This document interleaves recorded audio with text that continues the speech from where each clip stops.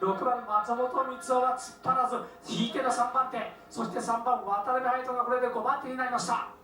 第2コーナー逃げる2番酒井優太です。番手は4番の三沢康人、6番松本光雄が遅れを取っています。200を切る3コーナー、難関勢後方に置かれた柴田健現在6番手、2センターから第4コーナー飛ばす酒井優太、マーク4番の三沢康人、完全にこの2人のデッドヒートマッチ。2番酒井優太。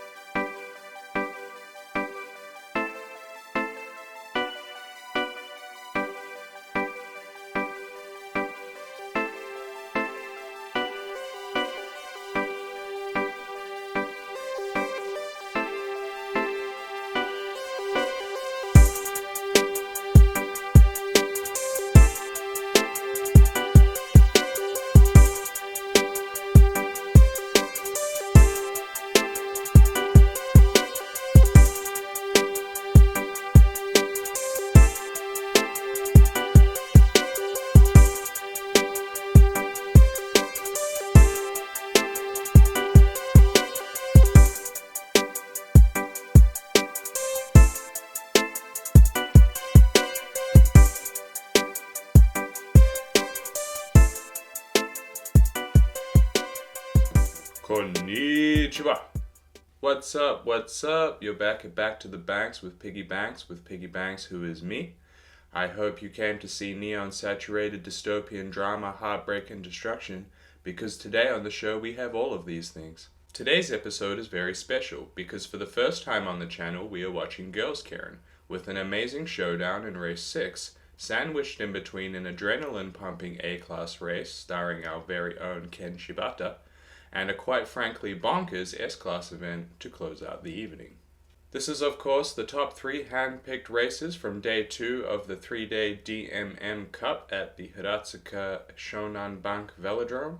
Be sure to check out the day 1 video as it introduces characters who will play significant roles in today's festivities. But I know you came here hungry for talk, so let's get started with race 4.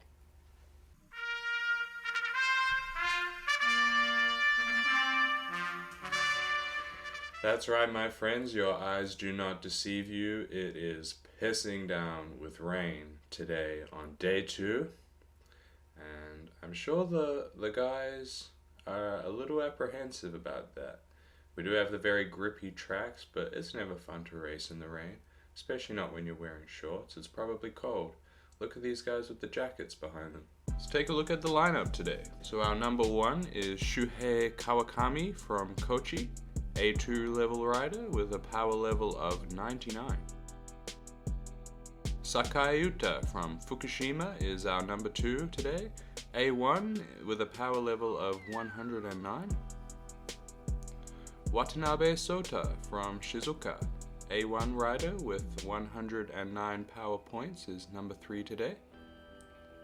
Number 4 today is Yasuto Misawa from Miyagi, A1 with 91 power points. Makoto Matsune from Tokyo is an A1 rider with 90 points. He is our number 5 today. Number 6, Mitsuo Matsumoto from Ehime, representing with the shirt, A2 rider with a power level of 94.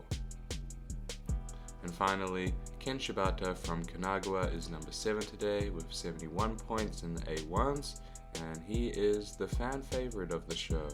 I have a very soft spot in my heart for Ken Shibata. And we're off to a roaring start. Looks like number 2 is going to be taking the pace setter. Not too much kerfuffle early on in this second day race 4. A nice arrangement. So we got number 2 pulling up alongside the pace setter. We have 2 laps to go. Number 3, looks like he's gonna kick, but he's just doing kind of a fake out attack. Number 6 decides to hit it. Does about the same thing, kind of more like a feint than an actual attack. He's just looking around. Sees number 2 coming up on the right hand side, and number 2 has decided to kick fully at this point. A bit of a senko from him, with number 3 sitting on his wheel. Sorry, number 4. Bad with the numbers today. Last lap, number 2 and number 3 are starting to pull a little gap. Number 6, I think, kicked a little early because he's struggling to close it. Everybody's on his wheel and realizing at about this point that they are trapped. Number 2 and number 4 look like they will easily take this. Number 1 is managing to get around the outside, but he's too late. Number 2 manages to hold off number 4 for the win. Very good lead out from him. He took the initiative. But where's Ken? Where was Ken in all of that? Where's our boy? So as we see, number 6 just completely drops the wheel, drops the pace. Number 1 realizes too late that he's not going to be able to bridge that gap. Number 2 has sprinted for a very long time and manages to hold off number 4. And I think 4th place went to number 3. Poor old Ken, I think he may have got second to last place. I think he may have got last place. That's pretty disappointing considering he is the only rider with a fan base on the show. Sad to see that, Ken. So let's take a look at race 6 with our female riders. So number 1, we've got Mai Kajita from Tochigi with a power level of 104. Number 2 is Mukai Madoka from Osaka with a power level of 114. Number 3 is Yoshimura Sayaka from Shizuoka with a power level of 112. Mayori Ushimura from Fukuoka is number 4 with a power level of 112. Number 5 is Mayumi Kadawaki from Osaka with a power level of 102. Number 6 is Michiko Ideguchi from Nagasaki with a power level of 116. And finally, number 7, Erika Fujimaki from Fukushima with a power level of 110. All of these riders are in the same class. A lot of people come to me and they say, Dan, it seems the girls' Keirin is a lot less restrictive. I beg to differ. I feel if you looked at all of those bikes, you'll see they're all exactly the same model. And there are only, I believe, between 4 and 7 registered carbon fiber frame manufacturers for the girls' Keirin. It's definitely a lot smaller of a business. So girls' Keirin differs a little bit, mainly with the length of the race, and you see the pace setter actually gets a rolling start, and then big wheelie from number 1 straight out the gate. And we see this as a bit more of a cross start. People are a little more aggressive. We're picking up the pace pretty quickly. I think that's because in these women's races, positioning is a lot more important because the capabilities to accelerate are slightly less, so you can't really pull back those gaps as easily as we see in the men's racing. So tactics actually plays, I would hesitantly say tactics plays a larger role in women's racing than men's racing. So if you're a true fan of the sport, girls racing is what you want to be watching. So we're seeing a gap start to form. Number 7 is on the front and looking around. Pace setter pulls off much later in girls' Keirin events, and as a result the sprint stage is much shorter. We're actually coming into the last lap now, and we still haven't really kicked yet. Number 3 decides to take the initiative, brings it around the right hand side, and takes the first wheel. Number 4 does a little sprint to try and keep up, and then number 1 is able to close that gap. And you see we're starting to split. So number 5 cannot hold the pace at all. Number 7 is also getting blown out. And so we've eliminated it down to 3.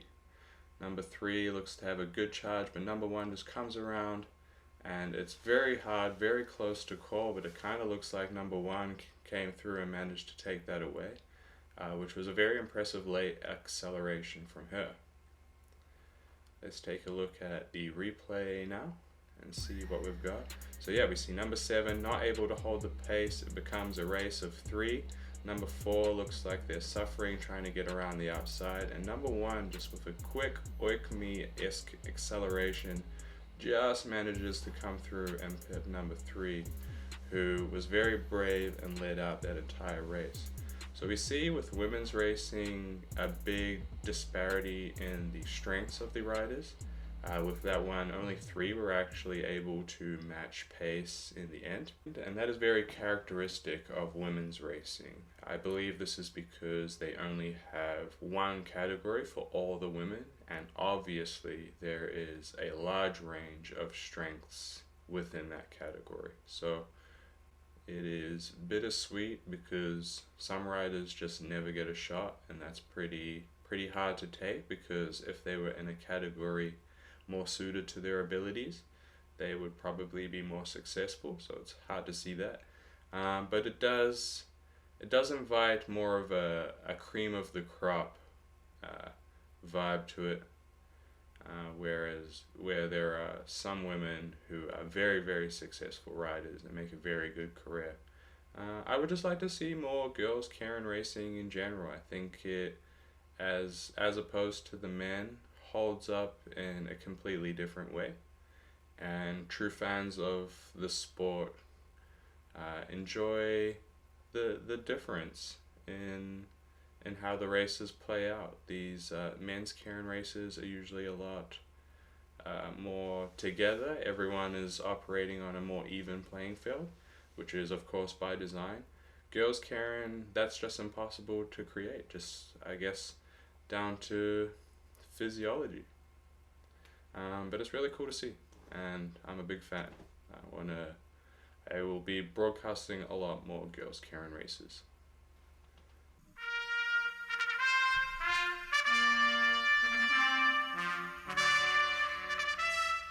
Alright, race 10. I'm very excited to show you guys this one. As you can see, the rain is just bucketing down in the background, and I think there is some deep poetry in this race here.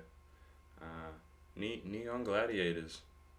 I feel like that needs to be used somewhere, because that is exactly what I feel these people are. Number 1, we have Masahiro Ano from Kanagawa with a power level of 117. Shohei Haraguchi from Fukuoka is in number 2. He has a power level of 107.